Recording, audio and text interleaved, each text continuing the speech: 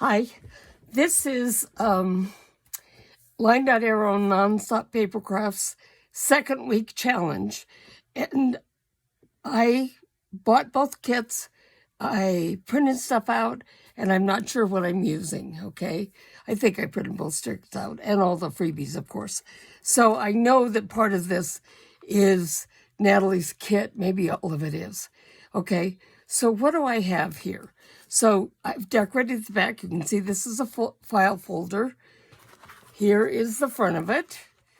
And this is a paper clip.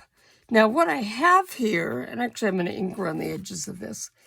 This is a holder for hidden paper clips. So each one of these is two-sided.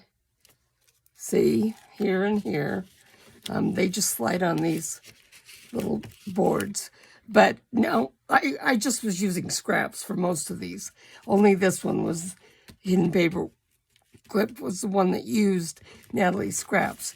But the idea is that you've got strips going up this way that you can clip sideways clips on, so you kind of have them organized.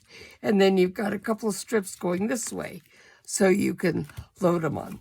Okay, so it's not a pouch. It's my file folder holder, but I thought I'd share it with you anyway.